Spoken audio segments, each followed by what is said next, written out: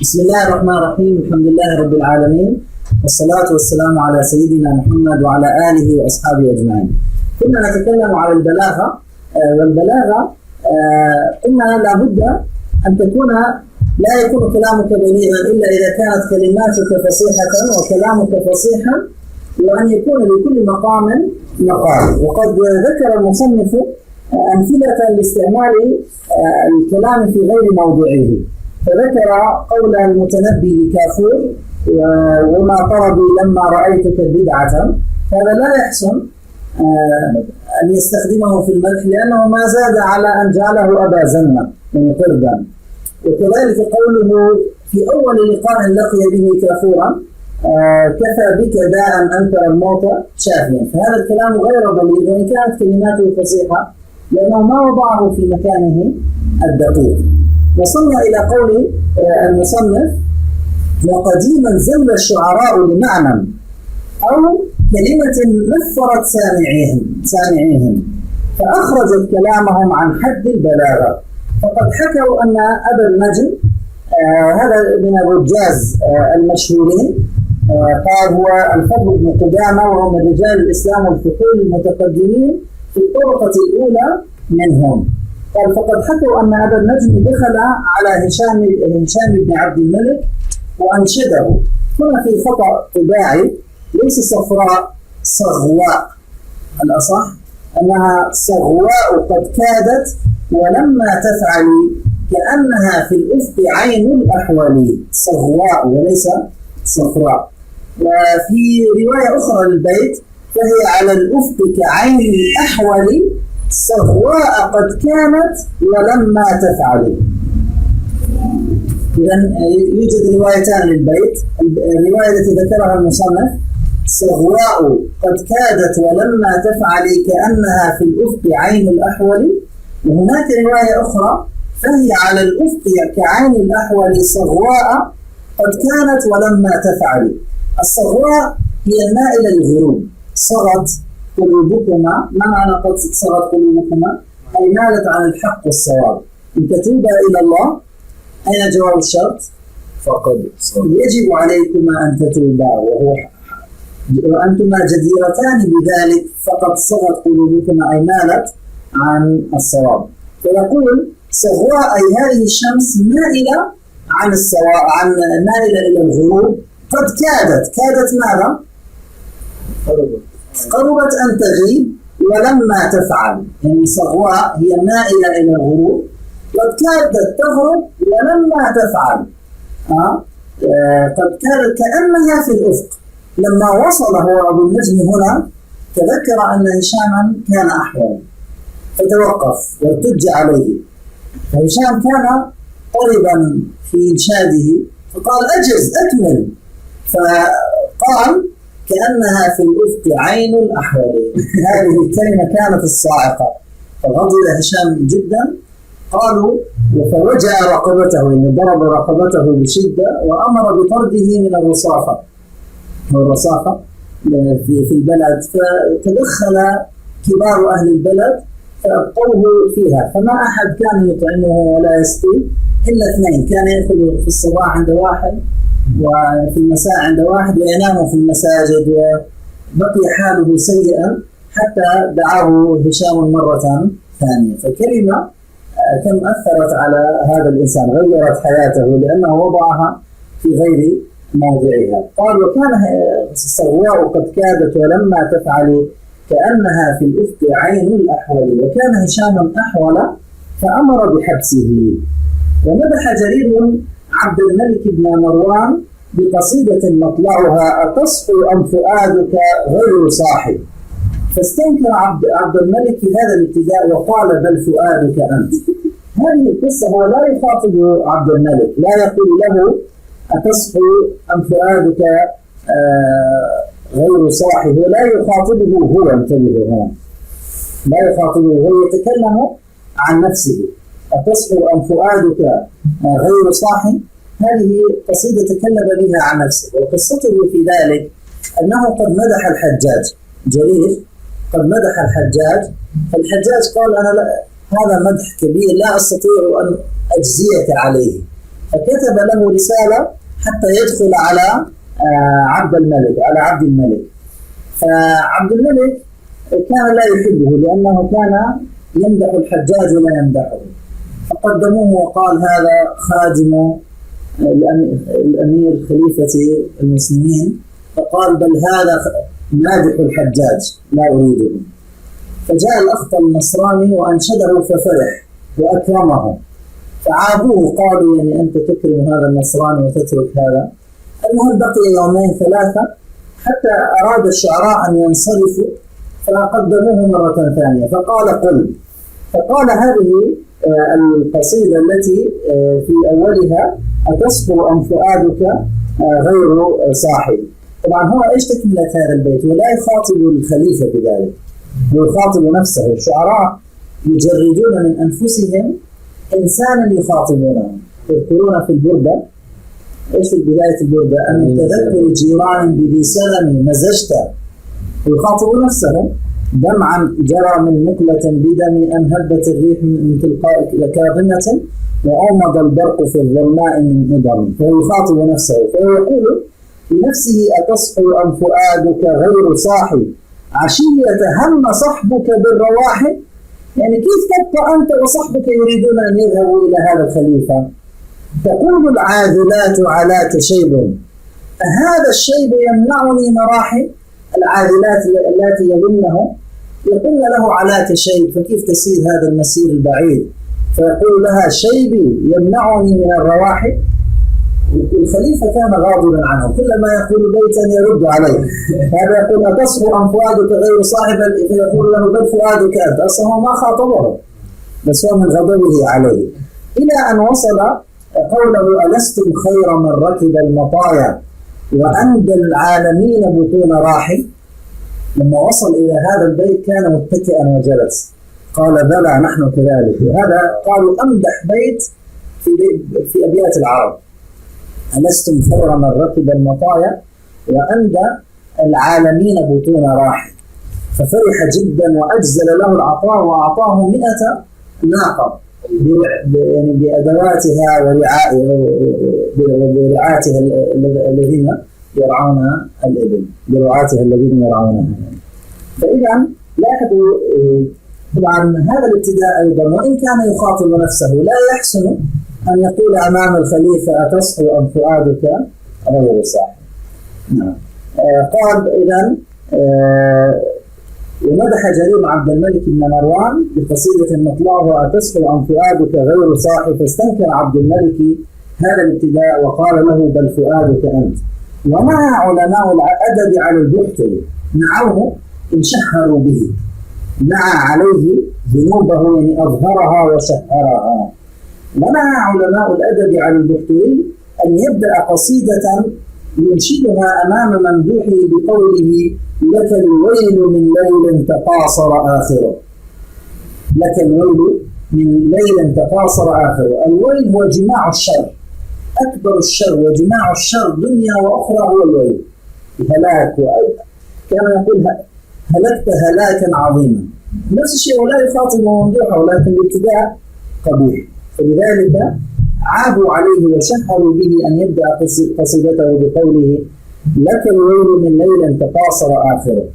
كل هذا ليس من البلاغة، لأنها البلاغة لكل مقام مقال ووضع الكلمة في مكانها أو الكلام في مكانه، وهو لم يفعله. وعابوا على المتنبي قوله في رثاء أم سيف الدولة. تعرفون الرثاء عند موت أحد. صلاة الله خالقنا حنوط على الوجه المكفن بالجمال. وهو الآن يريد أن يقول الحنوط، تعرفون ما يوضع على الميت، طيب يخلط للميت، فيقول بدل أن نضع الطيب على وجه أم الخليفة فصلاة الله، صلاة الله، صلاة الله خالقنا حنوطا. يعني يدعو لها أن تكون أن يكون بدل حنوط صلاة الله تعمها وتعم وجهها وتغمرها. لكن هذا جميل جدا، لكن المشكلة أين؟ على الوجه المكفن بالجمال. يعني الآن مناسب أن تمدحها أنها جميلة، تمدح هذه العجوز أنها جميلة، ورثاء وصف يعني وصف العرس، يعني في العرس تقول هي امرأة جميلة أو في نحو ذلك. أما عند الموت لا يحسن أن يقال على الوجه المكفن بالجمال. ثم أنت إذا مدحت قلت رجل أمك جميلة أو زوجتك جميلة، هذا قبيح جدا. إذا قال ابن وكيع إن وصفه أم الملك بجمال الوجه غير مختار. وكان من ابن عباد كان شديدا على المتنبي، لذلك ألف كتابا سماه في كشف مساوئ المتنبي، مساوئ شعر المتنبي. فمن رد عليه علي الجرجاني صاحب قصيدة العالم الأبي يقولون لي فيك انقباض، فألف كتابا في الدفاع عن المتنبي، الإنصاف بين المتنبي وخصومه، كتاب رائع واعتمد عليه عبد القاهر الجرجاني كثيرا في كتبه. فماذا قال؟ طبعا صاحب ابن عباد كان شديدا على المتنبي، يقول وقد قال لي بعض من يغلو فيه. من الذي كان يغلو في المتنبي ويحبه؟ ابن جنين. ومن الذي كان يكرهه؟ ابن عباد. فقال لي بعض من يغلو فيه هذه استعارة، يعني على الوجه المكفن بالجمال فيها استعارة صحيح، جعل الصلاة كأنها شيئا يغطي. فقلت صدقت، ولكنها استعارة حداد في عرس، ولكنها استعارة حداد عند موت الميت في عرس. فلا أدري هذه الاستعارة أحسن أم وصفه وجه والدة الملك بكونه جميلا يعني. وقالوا وما له ولهذه العجوز يصفها بالجمال، يعني العلماء يعني. إذن الكلام لا بد أن يكون في مكانه الدقيق. ثم قالوا في الحق أن المتنبي كان جريئا في مخاطبة الملوك، ولعل عظم نفسه وعبقريته ولعل لعظم نفسه وعبقريته شأنا في هذا الشذوذ. هو فعلا شعره كان متفوقا وكان شعرا عظيما، فكان يعتد بنفسه كثيرا، فيرى نفسه في مقام الملوك، فقد كان جريئا في خطابه. إذن لا بد للبليغ أولا من التفكير في المعاني التي تجيش في نفسه، والآن يعطيك الخطوات كيف تؤلف. أولا عليك أن تفكر في المعاني التي جاش القدر إذا غلى القدر وتحرك، فكأن المعاني تغلي في قلبك وفي نفسك. لا بد من التفكير في المعاني التي تجيش في نفسه، وهذه يجب أن تكون صادقة. يعني الآن ليست النائحة كالمستأجرة. الإنسان يتكلم لأنه خطيب يأخذ الأجرة، ليس كالذي عنده حرقة على الناس، هناك ظلم، هناك معاصي، هناك كذا، هو يتكلم من داخله. الكلام إذا الخطيب أو الشاعر إن كان صادق اللهجة هذا هو المؤثر. أما إذا كانت مشاعره باردة لا يكون لها أثر. نعم. قال وهذه يجب أن تكون صادقة، هذا أولا، ذات قيمة وقوة يظهر فيها أثر الابتكار. ينبغي أن تكون معاني مبتكرة لا مبتذلة، وسلامة النظر ودقة الذوق في تنسيق المعاني وحسن ترتيبها. فإذا تم له ذلك عمد إلى الألفاظ، بعد أن يرتب هذه المعاني وأن تحقق تلك الشروط يعمد ويقصد إلى الألفاظ الواضحة المؤثرة الملائمة. وهذا كل كلام نظري لا نستفيد منه الآن شيئا إلا أن نقرأ للأدباء. هذا كالذي يعلمك السباحة من بعيد، يعني يطلب منا ذلك، لكن كيف نحققه؟ بالقراءة في الأدب. فألف بينها تأليفا يكسبها جمالا وقوة. فالبلاغة ليست في اللفظ وحده وليست في المعنى وحده، ولكنها أثر لازم لسلامة تأليف هذين وحسن انسجامهما. وهذا خلاصة نظرية النظم عند الإمام عبد القاهر.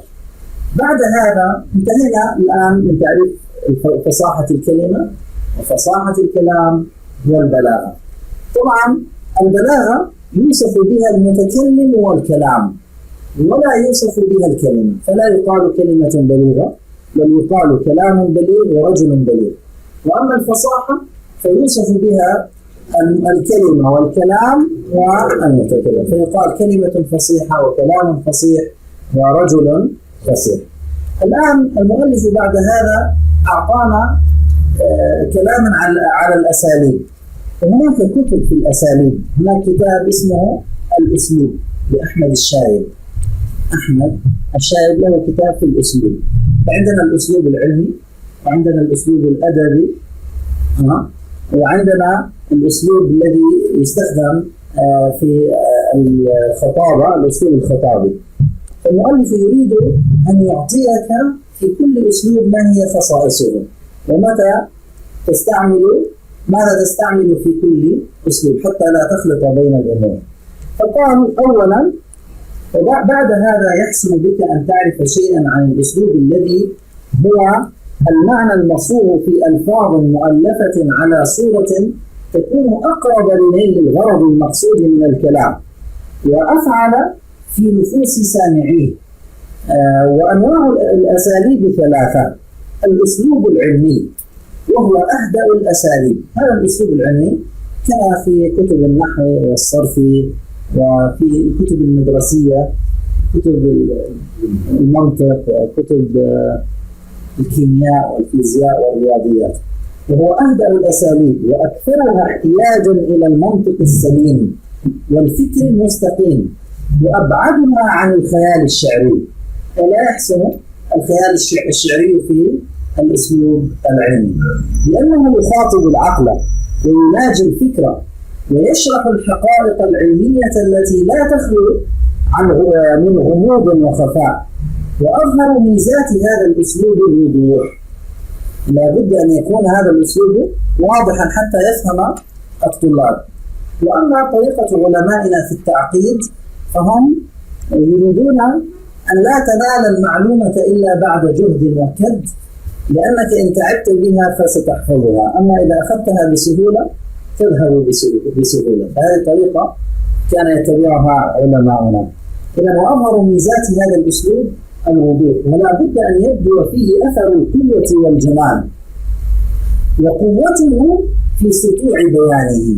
يقول: قوة هذا الأسلوب أن يكون واضحا، ورصانة حجته وأن تكون حجته واضحة، وجماله في سهولة عباراته، وسلامة الذوق في اختيار كلماته، وحسن تقرير المعنى في الأفهام من أقرب وجوه الكلام. يقول هذه ميزات الأسلوب العلمي، أن يكون سهلا واضحا حجته قوية. فيجب أن يعنى فيه باختيار الألفاظ الواضحة الصريحة في معناها الخالية من الاشتراك، أن يبتعد عن الكلمات المشتركة حتى لا يلتبس على الطالب مثل العين ونحوها، وأن تؤلف هذه الألفاظ في سهولة وجلاء حتى تكون ثوبا شفا للمعنى المقصود، يعني ثوبا شفافا ترى من خلال الألفاظ المعاني، وحتى لا تصبح مثارا للظنون، يعني هل المعنى هذا أو المعنى هذا، ومجالا للتوجيه والتأويل. ويحسن التنحي عن المجازات ومحسنات البديع في هذا الأسلوب، يعني لا يحسن أن تستخدم التشبيه التمثيلية ونحوه إلا في مقام الإيضاح. احتجت أن تقول الكرة الأرضية كالبيضة مثلا ونحوها للتوضيح يصح. ويحسن التنحي عن المجازات ومحسنات البديع في هذا الأسلوب إلا ما يجيء من ذلك عفوا من غير أن يمس أصلا من أصوله أو ميزة من ميزاته. أما التشبيه الذي يقصد به تقريب الحقائق إلى الأفهام وتوضيحها بذكر مماثلها فهو في هذا الأسلوب حسن مقبول. نعم. ولسنا في حاجة إلى أن نلقي عليك أمثلة لهذا النوع، فكتب الدراسة التي بين يديك تجري جميعها على هذا النحو من الأساليب. هذا الأسلوب العلمي. الأسلوب الأدبي، والجمال أبرز صفاته. الأسلوب الأدبي يعتمد على الخيال وعلى التشبيهات وعلى التعليلات، وأكذب الشعر أجمله، كلما كان أكذب يكون أجمل. قال الأسلوب الأدبي والجمال أبرز صفاته وأظهر مميزاته، ومنشأ جماله ما فيه من خيال رائع. لابد أن يكون عندك خيال بعيد كخيال الأطفال، وتصوير دقيق، وأن تصور الأمور بدقة متناهية، وتلمس لوجوه الشبه البعيدة بين الأشياء. يعني البليغ لا يكون بليغا إذا قال شعرها كالليل ووجهها كالبدر، هذا مبتهل. لابد أن تبحث عن الأمور الدقيقة البعيدة. لاحظوا في القرآن أو كصيب من السماء فيه ظلمات ورعد وبرق، تشبيه عجيب جدا لا يخطر في بال. مثل نوره كمشكاة فيها مصباح، المصباح في زجاجة، الزجاجة كأنها كوكب دري. فلذلك يقول: ومنشأ جماله ما فيه من خيال رائع وتصوير دقيق وتلمس لوجوه الشبه البعيدة بين الأشياء، وإلباس المعنوي ثوب الحسي. لابد المعنوي لا يفهم بدقة، فإذا صورته في صورة محسوس يفهم. لذلك الله يقول: نحن نقول الشرك خطير، لا يفهم حق الفهم. لكن ومن يشرك بالله فكأنما خر من السماء فتخطفه الطير أو تهوي به الريح في مكان سحيق. فأنت ألبست المعنوية ثوب الحسي ففهم وقرر في النفس، وإلباس المعنوي ثوب الحسي وإظهار المحسوس في صورة المعنوي. المتنبي لا يرى الحمى الراجعة كما يراها الأطباء أثرا لجراثيم تدخل الجسم فترفع حرارته وتسبب رعدة وقشعريرة حتى إذا فرغت نوبتها. شو النوبة؟ كيف نقول أنا مناوب اليوم، نوبتي اليوم دوري يعني. فالحرارة نوبتها مثلا 5 ساعات ثم تذهب، ثم تأتي 5 ساعات ثم تذهب. فالنوبة يعني الفرصة، النوبة نوبة الأمر، نزول الأمر وفرصته. حتى إذا فرغت نوبتها تصبب الجسم عرقا. هذا فهم العلماء أو الأطباء.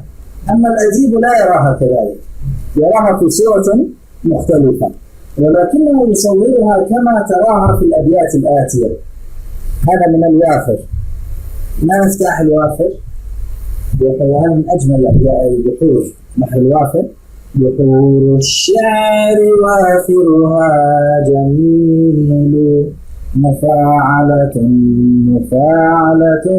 فعول، سلام الله يا مطر عليها، وليس عليك يا مطر السلام. ونقرأ الأبيات: وزائرتي كأن بها حياء، فليس تزور إلا في الظلام، بذلت لها المطارف والحشايا، فعافتها وباتت في عظامي، يضيق الجلد عن نفسي وعنها، فتوسعه بأنواع السقام، كأن الصبح يطردها فتجري مجامعها ب4 سجام، أراقب وقتها من غير شوق،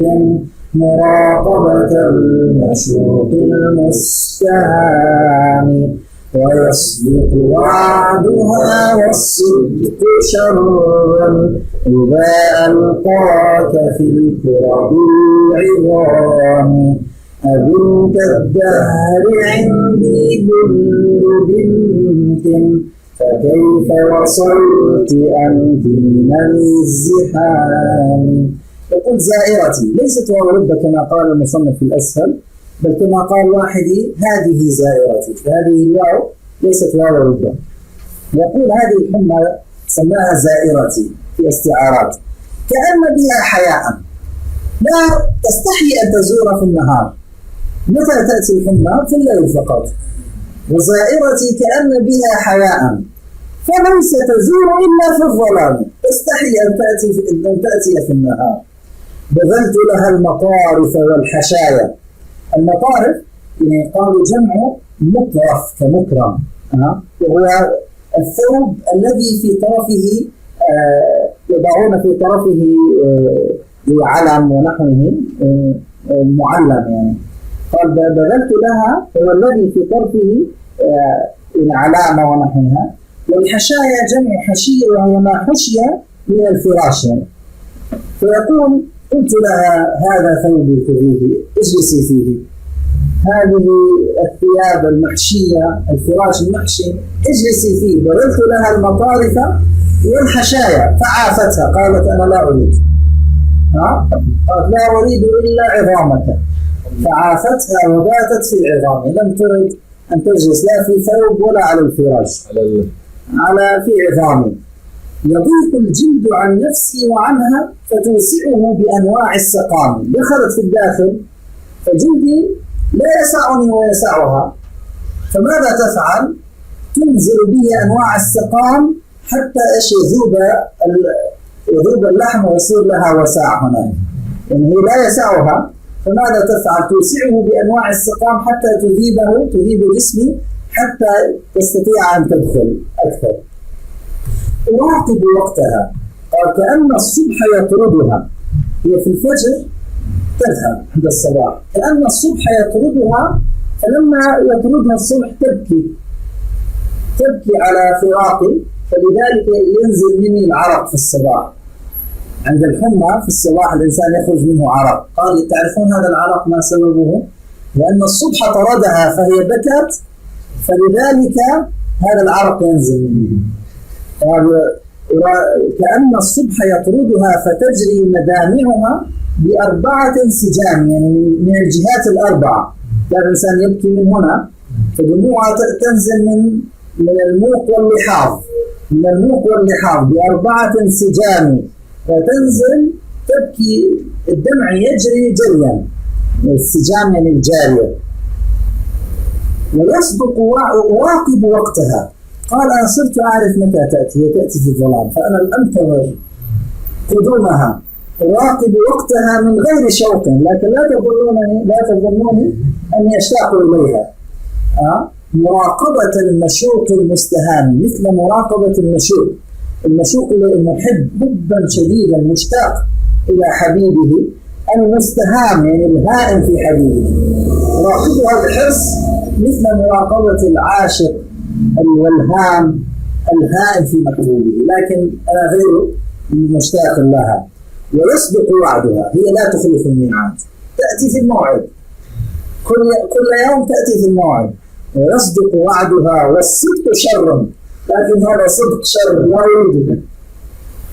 إذا ألقاك في الكرب العظام، إذا قالت إذا ألقاك في الكرب العظام تأتي. أبنت الدهر، هذه كناية عن موصوف، بنات الدهر هي مصائبه، كناية عن موصوف. أبنت الدهر عندي كل بنت. وهنا في استعارات كثيرة ممكن أن نرجع لها عندما ندرس أكثر. أبنت الدهر عندي كل بنت، فكيف وصلت أنت من الزحام؟ قال يا بنت الدهر يا مصيبة، عندي ملايين المصائب مزدحمة، كيف استطعت أن تصلي إلي؟ يعني عندي مصائب كثيرة جدا، فكيف اخترقت هذه المصائب واستطعت أن تصلي؟ فانظروا كيف يرى الأديب الأمور. لو عرضتها على طبيب يقول هذا غباء وليس هذا هو السبب الحقيقي. نعم. والغيوم لا يراها ابن الخياط كما يراها بخارا متراكبا. ابن الخياط شاعر من دمشق طاف بالبلاد يمتدح الناس وعظمت شهرته، كما يراها العالم بخارا متراكما يحول إلى أو يتحول إلى ماء إذا صادف في الجو طبقة باردة. يعني عادة ولا يقولون يتبخر البخار ثم يتحول إلى ماء عندما يصادف طبقة باردة في الجو، هكذا يقول العلماء. لكن الأدباء لا يرون هذا كما يراه العلماء. هذا من بحر متقارب. عن المتقارب قال الخليل فعول فعول فعول فعول، كأن الغيوم جيوش تسون من العدل في كل أرض صلاحا. إذا قاتل النحل، هي النحلة من مصر، إذا قاتل النحل فيها الغمام بصوب الرهان أجاد الكفاح يقرطس بالطيب فيه السهام ويشرع بالوبل فيه الرماح وسل عليه سيوف البروق فأسخن بالضرب فيه الجراحات راء سموم تثني عليه فتعجب منهن فرسا فصاحا. لاحظ كيف الشاعر يختار البحر المناسب. هناك في الحزن والوافر جميل، هنا كأنه في معركة فاختار المتقارب. نعم، كأن الغيوم جيوش. قال هذه الغيوم كأنها جيوش تريد أن تبسط العدل في الأرض، تسوم من العدل في كل أرض سلاحة. ماذا تفعل؟ إذا قاتل المحل فيها الغمام. الغمام يقاتل المحل. ما هو المحل؟ القحط. الأرض تكون قحطا ليس فيها نبات، فماذا يفعل السحاب؟ يقاتل الغمام المحل بصوب الرهام. أجاد الكفاح. الرهام جمع رهمة وهي المطر الضعيف الدائم. فيقول لك إذا الصوب يعني المطر الرهام إذا قاتل المحل يحسن المقاتلة. يقرطس بالطل فيها السهام. القرطاس اللي ترمي عليه السهم، الهدف الذي يرمي عليه السهم، فهو يقرطس فيها بالطل. ايش الطل؟ المطر الخفيف. شبهه بماذا؟ بالسهام. ترى المطر الخفيف كأنه خط خفيف، فشبهه بالسهام يرميه على المحل. المحل عدوه، فماذا يفعل؟ يرمي عليه الطل الذي يشبه السهام. يقرطس بالطل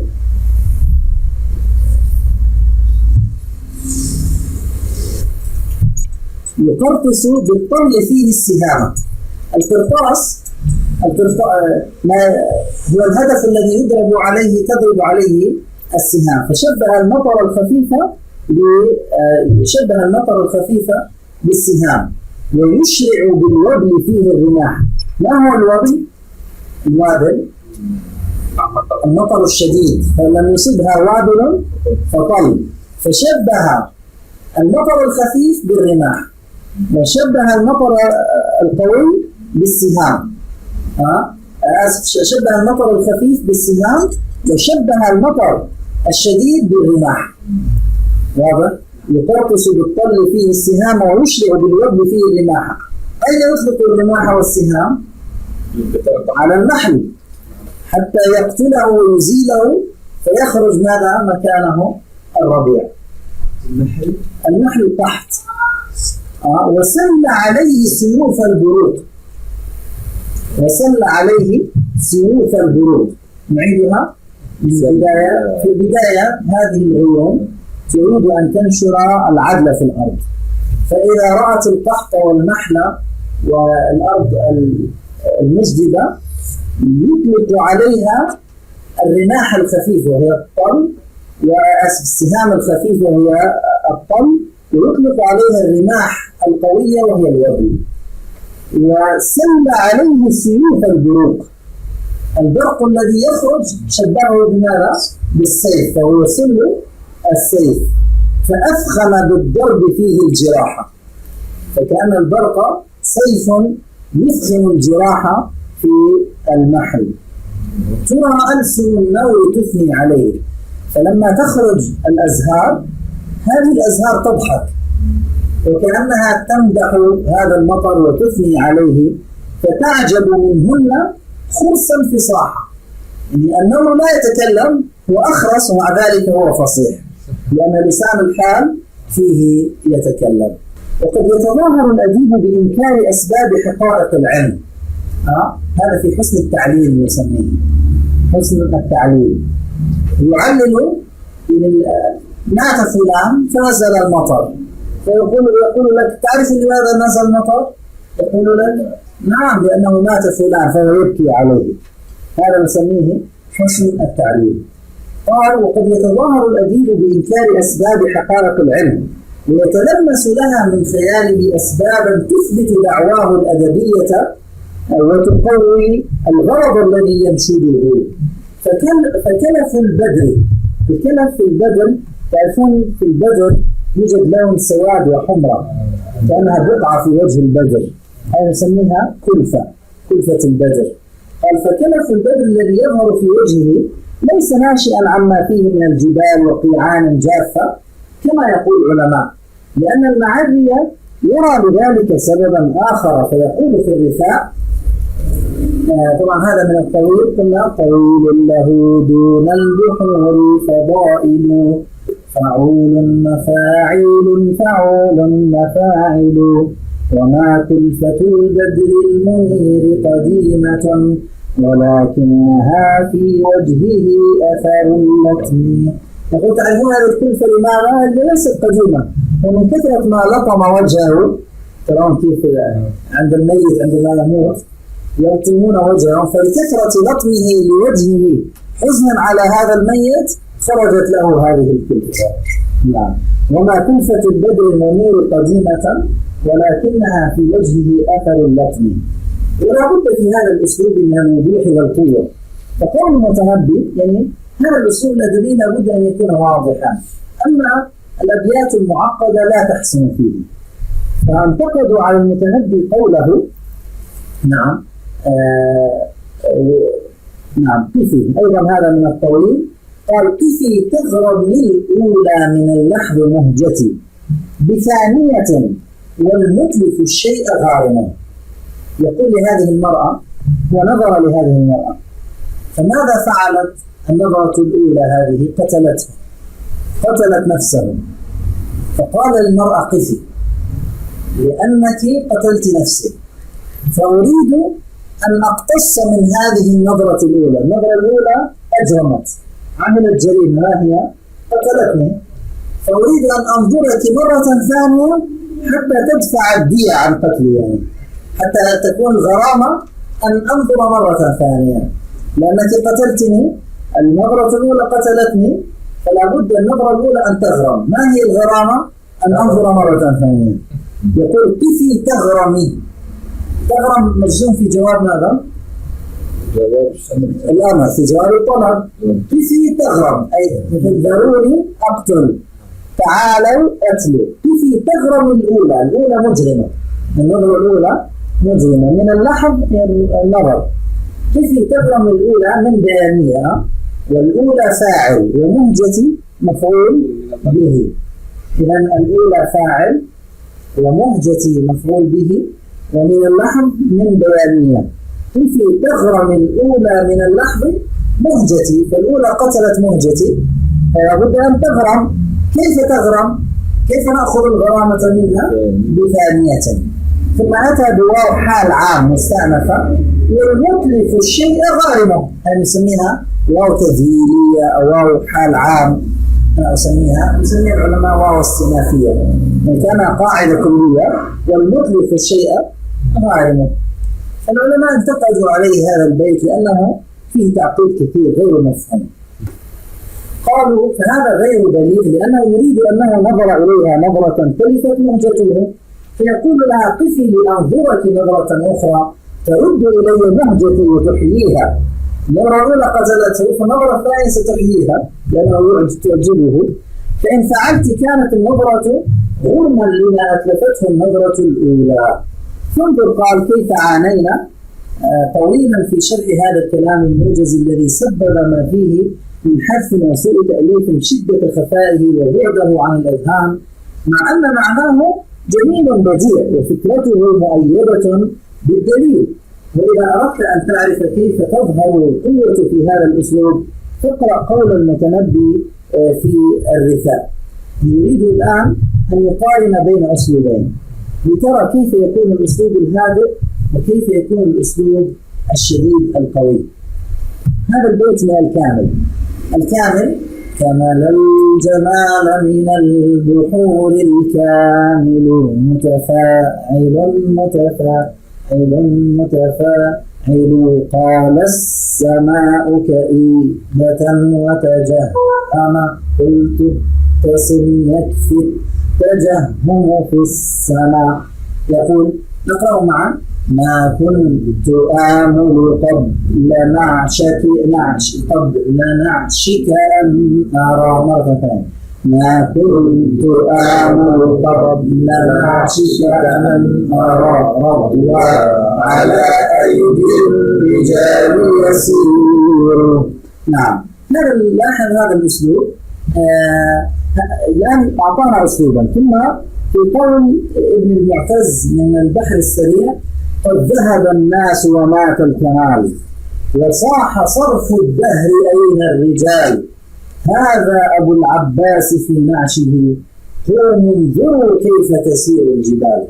أيهما أقوى؟ الأسلوب الأول فيه هدوء، الأسلوب الثاني فيه قوة وشدة. يقول قد ذهب الناس ومات الكمال، هذا الميت يعني. وصاح صرف الدهر، ما معنى صرف الدهر؟ أين وائده؟ صاح صرف الدهر أين الرجال؟ بموته ذهب الرجال، هذا أبو العباس في نعشه، قوموا انظروا كيف تسير الجبال. كيف تسير الجبال؟ يعني كأنهم هم يحملونه هو جبل يسير، بخلاف قول المتنبي: ما كنت آمل قبل نعشك أن أرى رضوى. رضوى اسم جبل في المدينة، فهو شبهه بجبل يسير. كلاهما شبهه بجبل يسير، لكن الأسلوب الثاني أشد من الأسلوب الأول. في المقرأ قال: تجد أن الأسلوب الأول هادئ مطمئن، وأن الثاني شديد المرة. المرة القوة في الخلق، ذو مرة فاستوى. شديد المرة عظيم القوة، وربما كانت نهاية قوته في قوله: وصاح صرف الدهر أين الرجال. ثم في قوله: قوموا انظروا كيف تسير الجبال. وجملة القول يعني خلاصة القول أن هذا الأسلوب وهو الأسلوب الأدبي يجب أن يكون جميلا رائعا بديع الخيال، ثم واضحا قويا. ويظن الناشئون في صناعة الأدب أنه كلما كثر المجاز وكثرت التشبيهات والأخيلة في هذا الأسلوب زاد حسنه. نعم، كثير من الطلاب يقول لك هناك الشعراء فعلوا لزوم ما لا يلزم. لزوم ما لا يلزم ممكن أن يقرأ البيت بالعكس، أو يلتزم فيه أن يأتي بكل كلمة عكس الكلمة الأخرى، وهناك جناس وطباق. هذا كله المتكلف لا عند الأدباء لا قيمة له، بل الجناسات والطباقات التي تأتي سليقة وسجية بأن يسابق اللفظ المعنى والمعنى اللفظ. هنا البلاغة، لا تدري هل هو قصد المعنى أو اللفظ. انظروا القرآن تجد الإبداع في اللفظ والمعنى وفي النغمة. الرحمن علم القرآن إلى آخر السورة، إبداعات في التشبيهات والتصويرات واللفظ والمعنى. لا تدري هل اللفظ يسابق المعنى أم المعنى يسابق اللفظ. لكنك إن قرأت لكثير من الأدباء تجد الكلفة والصناعة المقصودة. القرآن ذكر كلمة وعكسها، لكن ذكرها في المعنى الذي فيه انعكاس. كل في فلك يسبحون، كل في فلك تستطيع أن تقرأها بالعكس، كل في فلك، كل في فلك، لأن الفلك يدور ويرجع إلى موضعه، فمناسب أن تقرأ بالعكس. كذلك ربك فكبر تستطيع أن تقرأ بالعكس، كأن الله يقول لك كرر الذكر واستمر، كلما انتهيت ابدأ. فجاء بلزوم هنا بالقرآن عكسي لأنه يناسب المعنى وهكذا. فيقول لك هنا: وجملة القول أخذنا: ويظن الناشئون في صناعة الأدب أنه كلما كثر المجاز وكثرت التشبيهات والأخيلة في هذا الأسلوب زاد حسنه، وهذا خطأ بين. نعم، فإنه لا يذهب بجمال هذا الأسلوب أكثر من التكلف، ولا يفسد شر من تعمد الصناعة.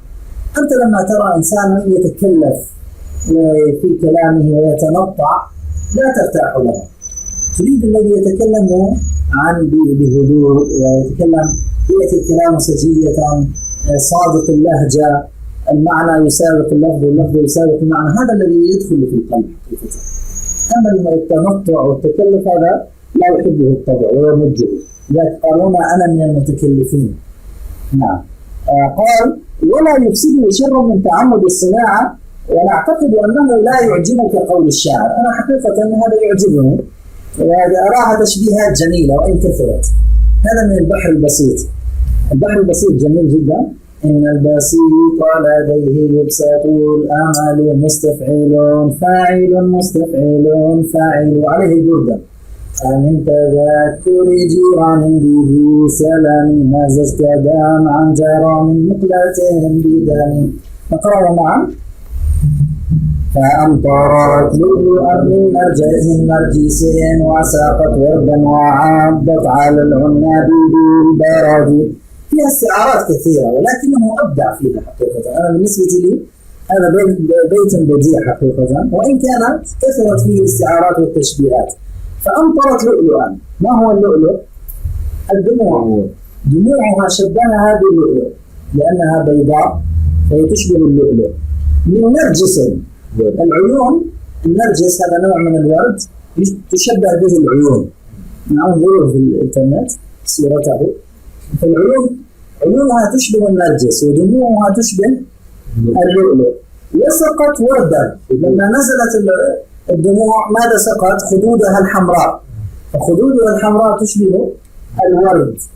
وعضت على العناب بالبرد. العناب نوع من يشبه العنب، أحمر قريب من حجم الزيتون، لونه أحمر. والنساء لما تخضب أيديها بالحمرة فتشبه الأيدي بالعناب. فلما عضت أيديها بأسنانها فعضت على العناب بالبرد، فأسنانها تشبه البرد يشبه الثلج. وأصابعها تشبه ماذا؟ العناب. فصارت دموعها كاللؤلؤ وخدودها كالورد وعيونها كالنرجس وأصابعها بالعناب أصابعها وأسنانها بالبرد. حقيقة جميل جدا البيت، لأنه لاحظ فأمطرت لؤلؤا من نرجس وسقط وردا وعضت على العناب بالبرد. هذا بالنسبة لي جميل، لكن المؤلف يرى أنه متكلف فيه استعارات كثيرة متكلفة هكذا يقول. وهذا من السهل عليك أن تعرف أن الشعر والنثر هما موطنا هذا الأسلوب. ففيهما يزدهر حقيقة ما ذكره المصنف. هذا خلاصة هذا العلم، وهي نصائح مهمة جدا من عمل بها يستفيد جدا في هذه الصفحات القليلة. فيقول لك مجال الأسلوب الأدبي في الشعر والنثر، ففيهما يزدهر وفيهما يبلغ قمة الفن والجمال. قمة الجبل هي قمة الجبل، وقمة الفن كأنه قمته. هذا هو الأسلوب الأدبي.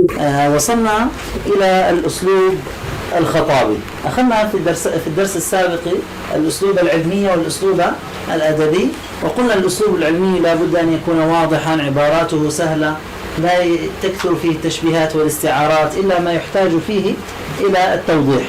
وأما الأسلوب الأدبي لا بد أن يكثر فيه الخيال والاستعارات والتشبيهات، لكن من غير تكلف ولا تصنع، وأن يحسن فيه التعليل، وأن يذهب الشاعر بخياله بعيدا حتى يعظم شعره، ولا بد أن يتلمس وجوه الشبه البعيدة ويقارب بين الأشياء في الشبه. نعني بالبعيدة التي لا تخطر في الذهن، لا أن تكون بعيدة عن مشبه به، التي لا يصل إليها الإنسان بسهولة. الآن الأسلوب الخطابي قال هنا تبرز قوة المعنى والألفاظ، نعني بها كخطبة الجمعة، كخطبة الحاكم أمام شعبه. قال هنا تبرز قوة المعاني والألفاظ، وقوة الحجة والبرهان، وقوة العقل الخصيب. الخصيب شبهه بالأرض الخصبة. وهنا يتحدث الخطيب إلى إرادة سامعيه بإثارة عزائمهم واستنهاض هممهم. ولجمال هذا الأسلوب ووضوحه شأن كبير في تأثيره ووصوله إلى قرارة النفوس. وانظروا إلى العز بن عبد السلام كيف جيش الجيوش وكان سببا في نصرة المسلمين بإذن الله على التتار. فالخطابة لها أثر كبير على الشعوب وعلى تأثيرها على النفوس. وترون الإعلام الآن يعني كم يؤثر على الناس. قالوا مما يزيد في تأثير هذا الأسلوب منزلة الخطيب في نفوس سامعيه. إذا كان الخطيب عالما أو كان حاكما هذا يكون له وقع أشد. وقوة عارضته. أصل عارضاء الإنسان صفحتا خديه، فإذا أراد أنه بليغ يقال قوي العارضة، كأن صفحتا خديه قويتان، يعني كأن صفحتي خديه قويتان. وقوة عارضته وسطوع حجته، لا بد أن تكون حجته واضحة. ونبرات صوته، لا بد أن تكون نبرات الصوت قوية رنانة. وحسن إلقائه، بأن يكون إلقاؤه حسنا. ومحكم إشاراته، يشير عندما يتكلم. ومن أظهر مميزات هذا الأسلوب التكرار، يحسن التكرار في أسلوب الخطابي بأن تأتي بالكلمة ومرادفاتها، جاء وأتى وأقبل فلان ونحو ذلك. واستعمال المترادفات، الكلمات القريبة المعنى. وضرب الأمثال، حدث مع كذا كذا ويأتي بالأمثال. واختيار الكلمات الجزلة ذات الرنين، كلمات الجزلة كالسور المكية مثلا، كيف كلمات والذاريات ذروا والسماء ذات الحبك. السور المكية كلماتها جزلة قوية رنانة. نعم. أصل الجزل هو الغليظ من الحطب، المراد بها القوية. واختيار كلمات الجزلة ذات الرنين. ويحسن فيه أن تتعاقب ضروب التعبير بأن يغاير بين أساليبه، من إخبار إلى استفهام إلى تعجب إلى استنكار، حتى لا يمل السامعون وحتى يؤثر فيهم. وأن تكون مواطن الوقوف فيه قوية شافية للنفس، عندما يقف الوقفات القوية الرنانة. نعم. ومن خير الأمثلة لهذا الأسلوب خطبة علي بن أبي طالب رضي الله عنه، لما أغار سفيان بن عوف الأزدي على الأنبار وقتل عامله عليها، وقتل عامله عليها. فقال رضي الله عنه: هذا أخو غامد قد بلغت خيله الأنبار وقتلت حسان البكري وأزال خيلكم عن مسالحها وقتل منكم رجالا صالحين. وقد بلغني أن الرجل منهم كان يدخل على المرأة المسلمة والأخرى المعاهدة فينزع حجلها وقلبها ورعاثها ثم انصرفوا وافرين، ما نال رجلا منهم كلم ولا أريق لهم دم. فلو أن رجلا مسلما مات من بعد هذا أسفا ما كان به ملوما، بل كان عندي جديرا. فواعجبا من جد هؤلاء في باطلهم وفشلكم عن حقكم، فقبحا لكم كيف صرتم غرضا يرمى، يغار عليكم ولا تغيرون، وتغزون ولا تغزون، ويعصى الله وترضون. فتجد يعني هذه الكلمات انطبق عليها ما ذكره المؤلف. يقول: قد بلغني أن الرجل منهم كان يدخل على المرأة المسلمة والأخرى المعاهدة التي الذمية يهودية ونصرانية بينها عهد، فينزع حجلها وهو الخلخال الذي على الرجل، وقلبها وهو السوار الذي على يدها، ورعاثها جمع رعثة وهو القرط الحلق نحن نسميه، ثم انصرفوا وافرين تامين لم ينقص منهم أحد، ما نال رجلا منهم كلم يعني جرح ولا أريق لهم دم. فلو أن رجلا مسلما مات من بعد هذا أسفا وحزنا على ما حصل ما كان به ملوما، بل كان عندي جديرا. فهو عجبا من جد هؤلاء في باطلهم. هذا هو الواقع في هذا الزمان، أهل الباطل مجدون وأهل الحق جالسون. وفشلكم عن حقكم، الفشل نحن نستخدمه للإخفاق، وهذا خطأ. نقول فشل فلان أخفق، هذا خطأ. إنما الفشل هو الضعف والجبن. إذا قال تعالى: إذ هم الطائفتان منكم أن تفشلا تجبنا وتضعفا. فقبحا لكم كيف صرتم غرضا يرمى. قلنا الغرض ما ينصب للرماة، الهدف الذي يضعه الرماة ليرموا عليه السهام. نعم. كيف صرتم غرضا يرمى، يغار عليكم ولا تغيرون، وتغزون ولا تغزون، ويعصى الله وترضون. فانظر كيف تدرج سيدنا علي بن أبي طالب رضي الله عنه في إثارة شعور سامعيه حتى وصل إلى القمة، فإنه أخبرهم بغزو الأنبار أولا ثم بقتل عامله، وأن ذلك لم يكف سفيان بن عوف فأغمد سيوفه في نحور كثير من رجالهم وأهليهم، ثم توجه في الفقرة الثانية إلى مكان الحمية فيهم ومثار العزيمة والنخوة من نفس، هذه عربي احذفها، مسلم هو اللي يتكلم مع المسلمين لا يتكلم مع العرب، من نفس كل مسلم كريم ألا وهو المرأة، فإن الإسلام تبذل أرواحها أو المسلمين يبذلون أرواحهم رخيصة في الذود عنها والدفاع عن خدرها. الخدر مثل البيت الذي تجلس فيه المرأة، ما وراء المرأة. ونعم، فقال إنهم استباحوا حماها وانصرفوا آمنين. وفي الفقرة الثالثة أظهر الدهش والحيرة من تمسك أعدائه بالباطل ومناصرته وفشل قومه عن الحق وخذلانه، يقال خذله ترك نصرته.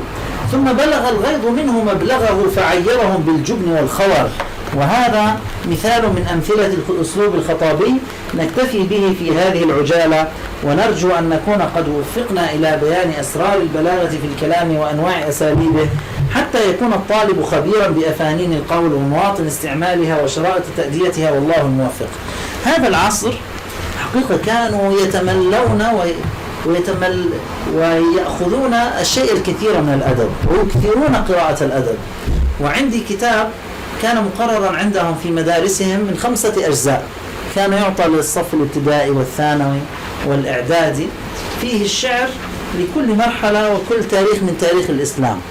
وحقيقة في بعض ما كتب في هذا أنكم ماذا تستفيدون من النحو والصرف والبلاغة إذا لم تكتبوا نثرا أو تقولوا شعرا أو تقولوا خطبة تؤثرون بها على الناس. يعني يقول هذا النحو الذي لا يكون معه قوة في الكلام وفي الإلقاء وفي الكتابة وفي كتابة الشعر لا فائدة منه. نعم، هناك فائدة لفهم القرآن وفهم نصوص العلماء، لكن يوجد فائدة أخرى لإيصال العلم الذي عندك إلى الناس. فمهم جدا أن يكون مع النحو الأدب حقيقة، مهم جدا، وأن تحفظ بعض النصوص حتى يكون الإنسان خزينة كبيرة. الآن بعد ما هذه المقدمة التي أخذناها بدأ المصنف بعلم البيان. عادة الكتب الكبيرة تبدأ بعلم المعاني، لكن العلماء أفردوا علم البيان بكتب ككتاب تحفة الإخوان وكتاب السمرقندية والرسالة البيانية للصبان لصعوبة علم البيان والخلافات الكثيرة بين العلماء فيه. فالمصنف يبدو أنه أراد أن يجمل البلاغة في عين الطالب، فبدأ بهذا العلم لأنه أجمل من علم المعاني، لأن فيه علم البيان يتكلم على التشبيهات والاستعارات والكنايات والمجاز المرسل والمجاز العقلي، وفيها لطافة وجمال. بدأ أولا قال بالتشبيه. علم البيان التشبيه أركانه. التشبيه أركانه 4: مشبه ومشبه به وأداة التشبيه ووجه الشبه. وركناه اللذان لا يجوز حذفهما هما المشبه والمشبه به، لكن نعني بالحذف هو الحذف التام. أما إذا حذفنا مع ملاحظة المحذوف هذا جائز، كقوله تعالى صم بكم عمي، أي هم صم. هنا لا يعتبر أنه غير موجود، المحذوف لعلة كالموجود. لكن إذا قلنا جاء أسد هذا لا يكون تشبيها بل هو استعارة. فإذا التشبيه لا يكون تشبيها إلا إذا وجد المشبه والمشبه به، إما لفظا أو تقديرا. أما إذا حذف المشبه أو المشبه به فهو استعارة. نأخذ مثالا لكل حالة. فإذا قلنا يخرجهم من الظلمات إلى النور، هل حذف المشبه أم المشبه به هنا؟ حذف المشبه، شبه الإسلام بالنور وشبه الكفر بالظلمات، فهذه نسميها استعارة، نسميها استعارة تصريحية. إذا المنية أنشبت أظفارها ألفيت كل تميمة لا تنفع، المنية أنشبت أظفارها. شبهنا المنية بماذا؟ بالأسد أو السبع. ماذا حذفنا هنا؟ المشبه به. فهذا لا يسمى تشبيها بل يسمى استعارة. أما أداة التشبيه ووجه الشبه فإذا حذف أو ذكر هذا لا يؤثر على كونه تشبيها، يبقى تشبيها. فالمصنف في البداية أراد أن يعلمنا أركان التشبيه، قال المعري، نعم هذا من الخفيف: يا خفيفا خفت به الحركات فاعلات مستفعيل فاعلات.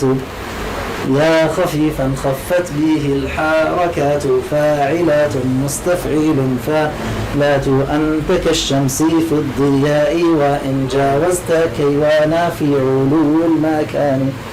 نعم، يقول أنت كالشمس في الضياء.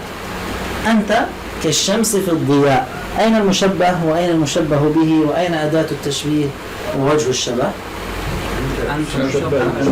أنت عندنا مشبه، والمشبه به الشمس، وأداة التشبيه الكاف. والضياء ليس في الضياء، الضياء هو وجه الشبه، وجه الشبه. وإن جاوزت كيوانا في علو المكان. قال كيوان هو زحل. قديما كان أبعد الكواكب السيارة بالنسبة للأرض في ذلك الوقت حسب ما اكتشفوا في ذلك الوقت. فإذا قالوا جاوزت كيوان كانوا يقولون أبعد المجموعة الشمسية يعني. فيقول أنت كالشمس في الضياء، لكن أنت أبعد من الشمس، أنت أبعد من كيوان الذي هو أبعد الكواكب السيارة عن الشمس يعني. نعم.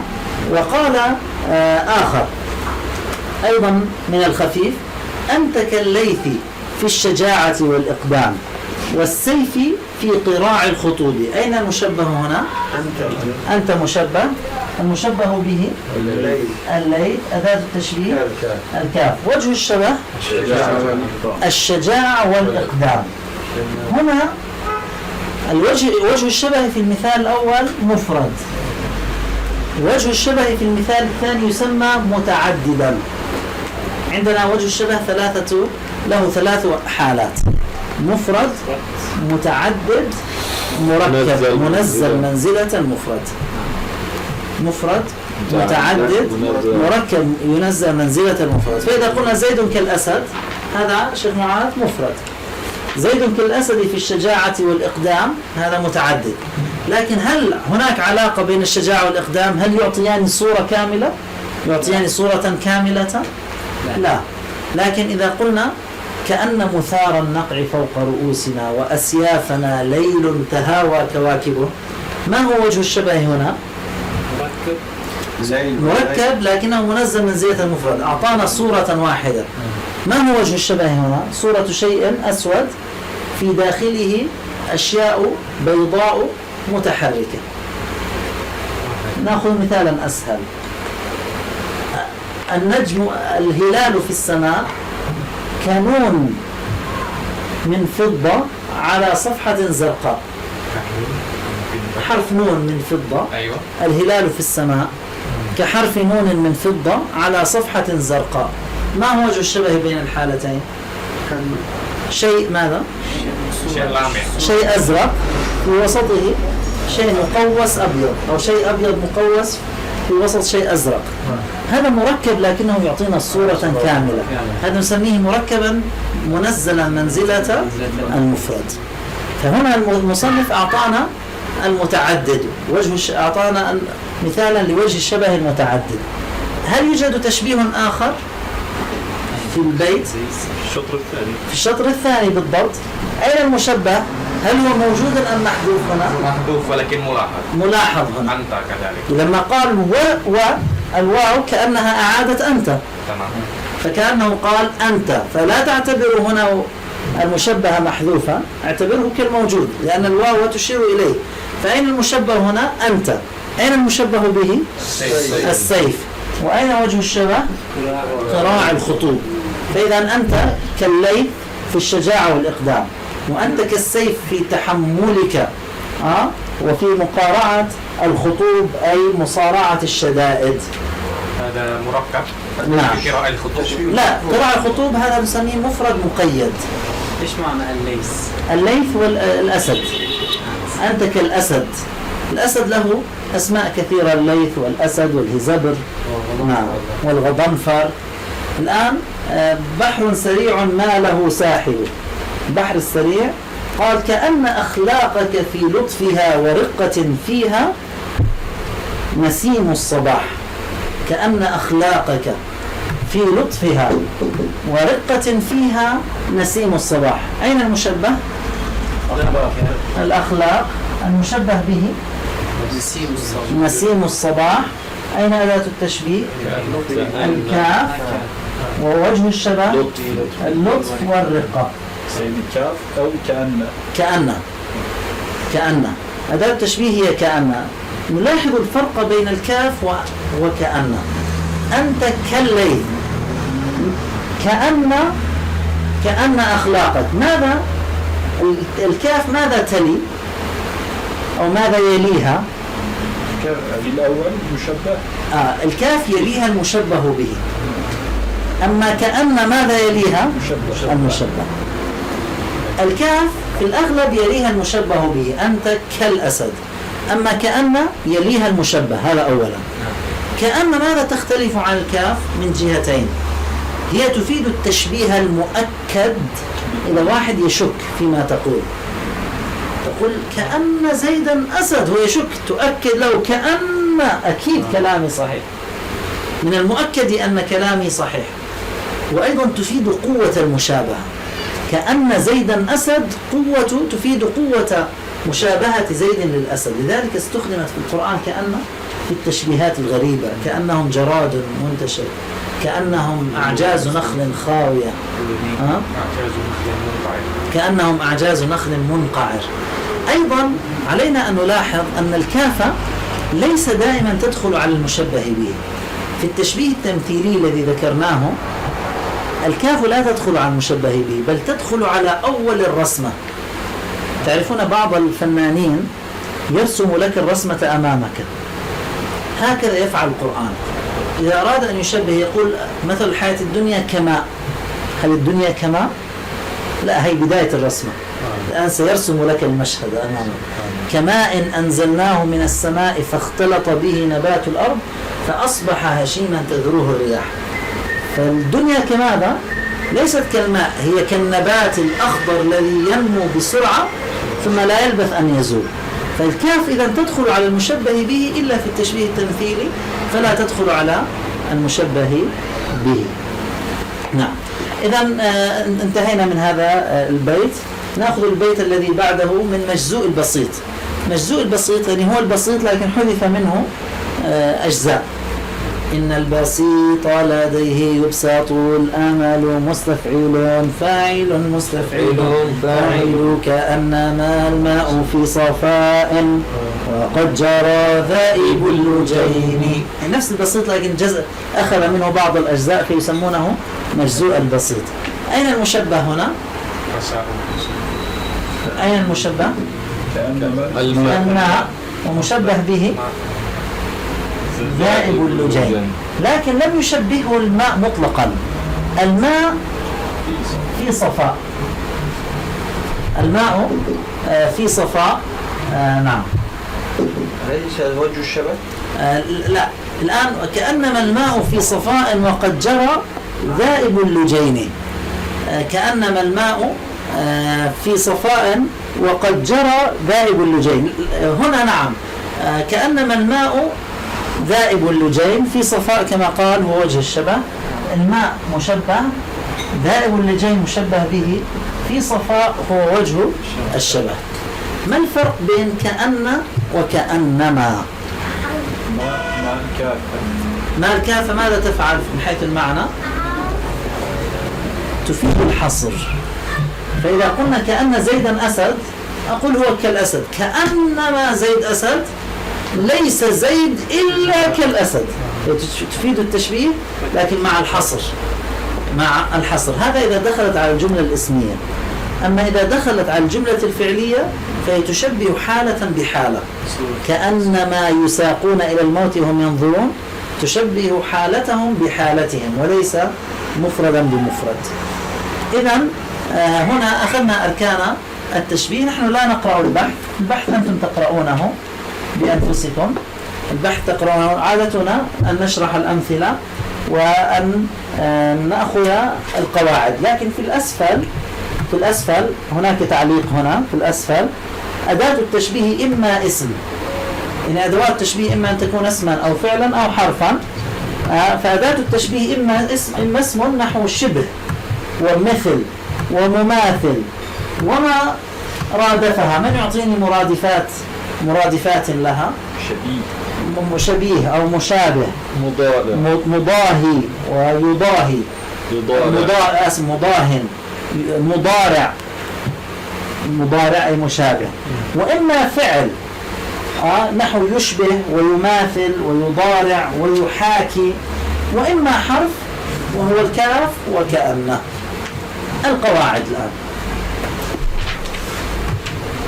التشبيه بيان أن شيئا أو أشياء شاركت غيرها في صفة أو أكثر بأداة هي الكاف أو نحوها ملفوظة أو ملحوظة. إذن شيء أو أشياء شاركت غيرها بصفة أو أكثر، هي الكاف أو نحوها ملفوظة أو ملحوظة.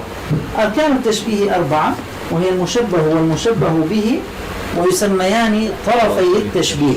وأداة التشبيه ووجه الشبه، ويجب أن يكون أقوى وأظهر في المشبه منه إلا منه في المشبه. عندنا وجه الشبه في المشبه به لا بد أن يكون أقوى من المشبه. نقول زيد كالأسد في الشجاعة. الشجاعة في من أقوى؟ الأسد. وجه الشبه لا بد أن يكون في المشبه به أقوى منه في المشبه، إلا في التشبيه المقلوب. أنت تعكس. لا أقول أنت كالبحر، البحر مثلك. وجه الصباح كغرة الخليفة.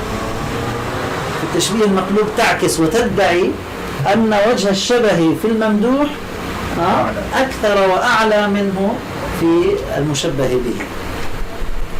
قال المعاري. نأخذ النموذج ونترك لكم في المرة القادمة أن تحلوا التدريبات، وهناك دليل للبلاغة الواضحة يعينكم على حل التدريبات، ولكن نحن سنحلها معا لما تحتاج إلى شرح بعض الكلمات. نعم، نقرأ النموذج معا، وفي المرة القادمة نحل التدريبات إن شاء الله. قال المعري.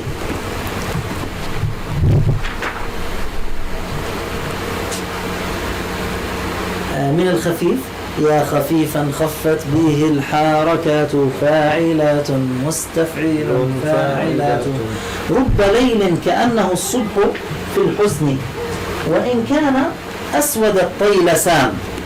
طيلسان هذا الذي على يغطى به الرأس، يعني قالوا الطيلسان بفتح كساء واسع يلبسه الخواص من العلماء كالشيخ عبد الرحمن، وهو من لباس العجم، جمعه طيالس وطيالسة. قال في المعجم الوسيط: يلبس على الكتف أو يحيط بالبدن. نعم، خال من الخياطة، وهو الشال بالمصرية. الشال بالمصرية يدور على لابسه، لكن أوسع قليلا، توسع شو الرحمن. نعم. قال: رب ليل كأنه الصبح، رب ليل كأنه الصبح في الحسن، وإن كان أسود الطيلسان. أين المشبه هنا؟ الليل.